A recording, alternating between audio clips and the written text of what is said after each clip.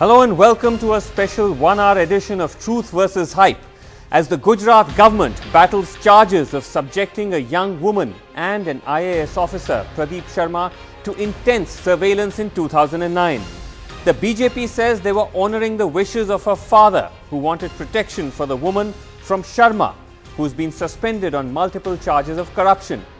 But now for the first time, Pradeep Sharma has broken his silence on NDTV, revealing the inside story of the sequence of events which led to the Minister of State for Home at that time, Amit Shah, at the behest of a Saheb, keeping watch on two of the state's citizens.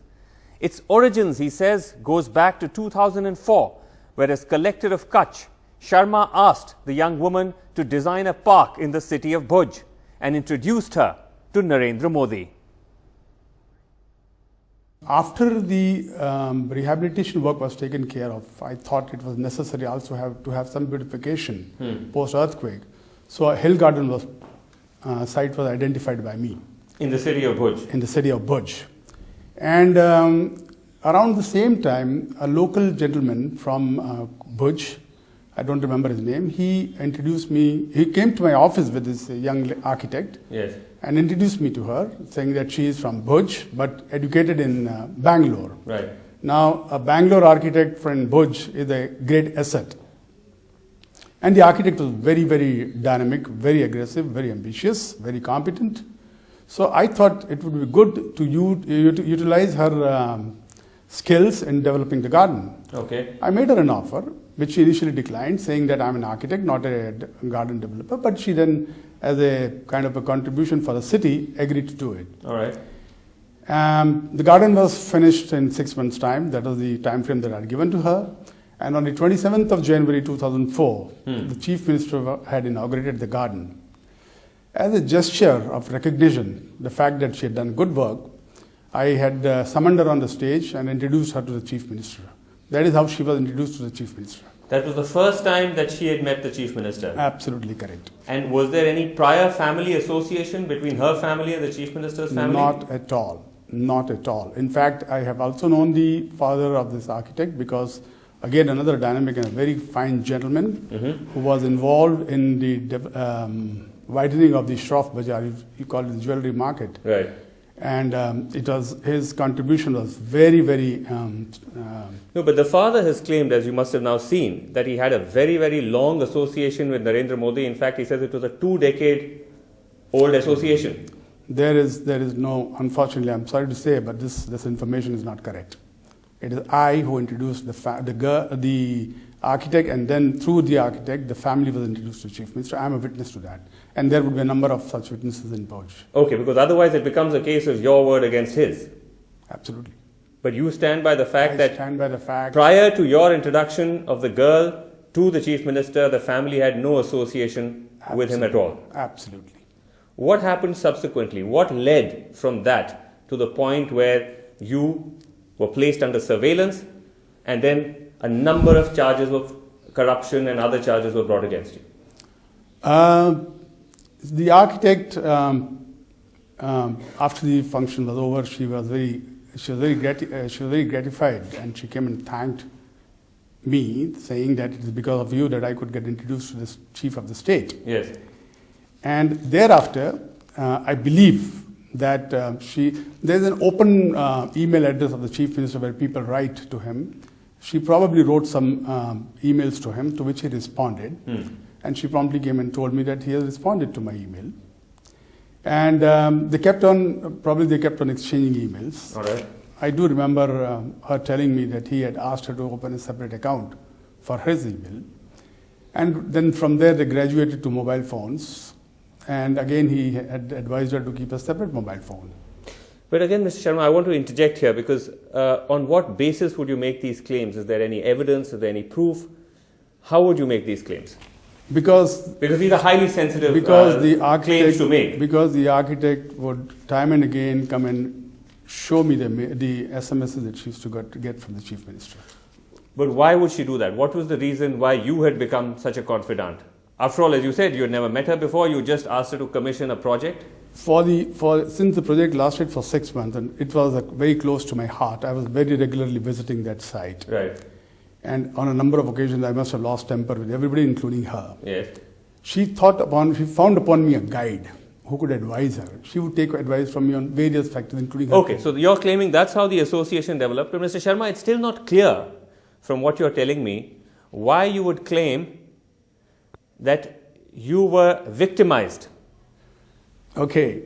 And you were facing false charges. That's not clear. Well, I'll come to that. When she visited me in Bhavnagar, because the CM had advised her to look up the project in Alang. Right. At that point in time, she showed me an SMS that had come from the Chief Minister's phone. The details of the Chief Minister's phone number are given in my petition. I had recalled that number and saved it on a phone, all right. Mobile phone. Okay. And inadvertently, I had called that number. Thinking that I'm calling one of my staff, I had called that number. All right. And I think that missed call led to a kind of series of surveillance. They wanted to find out who it was.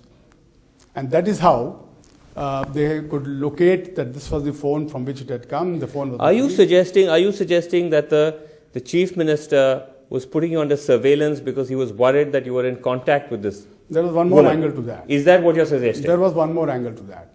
I had received a anonymous information, a clipping actually, not a clipping, but a link, which said that the architect is found in some dubious sites, so kindly stay away. Okay, not aware that my phones were being recorded, I must have mentioned this to 2 or 3 or 4 people. All right. The clipping. Now I think that the Chief Minister probably thought that there was a clipping about him and the architect, and that's where he started. No, but Mr. Sharma, you did make some of these contentions in an earlier affidavit which you'd filed before the Supreme Court, and the Supreme Court in fact asked you to remove many of these references. Doesn't that call into question the credibility of these claims?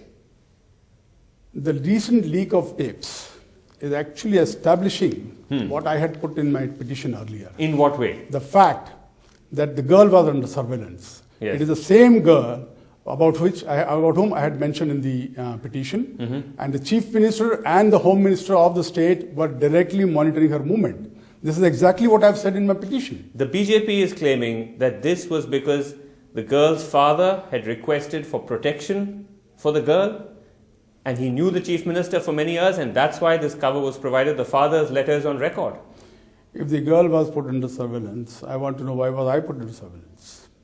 If they say that I was stalking her, then she is visiting me at the behest of the Chief Minister. Her parents are visiting me.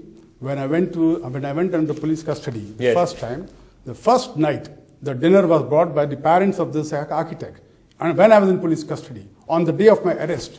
The day of your arrest, the girl's family brought you dinner. That's right. This is contrary to what is being suggested in some sections by the BJP, that you were the person who were harassing this girl and stalking this girl, and that's why her father had to turn for help to the Gujarat Chief Minister. Then, Mr. Srinivas, my question is, why didn't the government arrest me then? If they have foisted 5 cases against me later on, why didn't they arrest me on charges of sexual harassment? Mr. Sharma, the fact is that those charges which have been brought against you are serious. You've been accused of favoring a private company in the allocation of land. You've been accused of taking favors from a private company. You've been accused of giving unintended beneficiaries shops in a rehabilitation project in Bhuj. Now, are you saying these are entirely fabricated charges? If I have given land wrongly or underpriced, my orders should have been quashed, set aside, and the company is asked to pay more money to the government. Not done. If my orders were wrong, there is a provision in the Land Revenue Code to take it under appeal. The government could take it under review, cancel it. Not done. Okay. So where is the charge? These were charges which led you to be arrested. You've spent a considerable period of time in jail. Once again, I put it to you that the questioning of all that you're telling me is happening because of these cases. They're saying that this is somebody who may just be disgruntled, who's upset because he faces these charges, and that's why he's saying all of these things. I think the clips answer your question. In the month of August, Amit Shah, the Home Minister, is mentioning, and it's quoted in the clips, that I should be in jail for as long as the time that Vanjara has been in jail. Again, that's something which you claim you saw in of the SMS, the number and all of that. There is no way of corroborating that. But I do want to ask you, though, that you have a situation now where the girl's father has written this letter. You must have seen the contents of it. He says that this family had an old association. They wanted protection for their daughter. She's now a married woman. And they want to close this chapter. Why would a father write such a letter, you think? No, if your version of the truth is entirely different. My version, this is the only way to defend the Chief Minister. The family has benefited a lot from this association since 2008, as I'm told from the newspapers. I don't know about them. But if I was a threat, yes, then why did the family's, the architect's parents bring the food and when I was in the police custody the first night? We'll not be able to answer that because we don't have access to the family. But I want to put it to you. You're saying that the father would have written that letter to protect higher political interests? Absolutely. Is that what you're saying? Absolutely. Because that's a very serious charge. Because the CM has no other defense. So are you saying that this letter is manufactured, the letter is false, the contents of it do not match the actual version of events? I cannot sit on judgment on that, but as far as what I am saying is a fact. Look, I have nothing to hide. I am here because there were scandalous remarks being posted against me on Twitter and on TV. Yes. And I want to tell you very frankly, I have the guts to come and face the camera. If any of them have the guts, please call them. Did you have any idea that you were being put under surveillance? Yes. You knew? Yes. Would you like to share with us how you knew? I had gone to the secretariat and the GAD, I will not name the person, but he had told me that they are snooping after you. I didn't know much about the surveillance, but I knew that when you say GAD, you're talking about the administrative department. The administration department. So somebody there who you knew, a government official, told you that you were being kept a watch on. And that the day I was told this, the very day, the Chief Minister and the Home Minister are attending a marriage in our family. In our house. Are you talking of your brother's house? That's right. Now, again, the other allegation being made against you, the reason why you're saying these things is because your brother also has a long-running battle with the Gujarat government. A number of cases have been put against him as well. So you're both being portrayed as brothers who have some kind of a vested agenda against the Gujarat government, against Narendra Modi. Srinivas, the Chief Minister is supposed to be the Prime Ministerial candidate. He is supposed to be a master administrator. He's supposed to have tremendous skills in identifying people. If I had been a wrong person, if I had been the kind of person, if I had been a Congress person, right. You look at the postings, Municipal Commissioner Jamnagar, Collector Kutch, Collector Rajkot, Collector Municipal Commissioner Bhavnagar. And the fact that your brother also has had his long-running battles with the Gujarat government? I think that's a separate issue. My brother has fought battles on professional front, and I'm not going to mix up the two issues. Well, you mentioned that as a reason in your petition as well. That was one of the reasons. So it's not a separate reason. But maybe he is now a special advisor to the Home Ministry in Delhi. The BJP is using that as a reason to suggest that the family has a vested and a political agenda against Narendra Modi. Politicians have a tendency to misguide the nation by the sheer fact that they come to power because of votes does not make them the persons speaking the truth, first of all. Secondly, let me finish.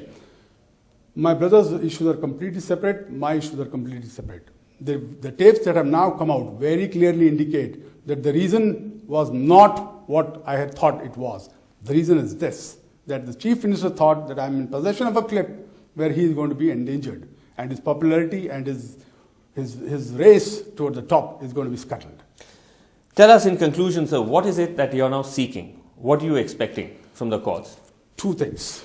I will not get justice in that state. I must be allowed to be investigated by a separate independent agency like CBI or whatever. The charges against you, the charges that they brought against you. B, I am before the Department of Personnel and Training, DOPT. Yes. That I must be moved out of the state because my life is in danger now with the kind of exposures and information that I provided. Are you exaggerating the degree of threat to you? No, I'm not. Historically, look at it. Look at what happened to earlier people. Haran Pandya. Okay, so you're saying, number one, put a CBI investigation into the charges against me, move me out of Gujarat. Yes. And what about the surveillance? The surveillance part also has to be examined. If it is the Chief Minister and the Home Minister who are involved, then my privacy has been breached into and they have to be answered. What if they produce proof to say that they had legal sanction to do the phone taps against you and the young woman? Well, then wouldn't that deflate your case? I don't want to answer that question because there's a hypothetical question, but I would be the only officer and the only IAS officer in the country who would be put under surveillance because of a small thing like a woman being here and there. It doesn't happen in the country.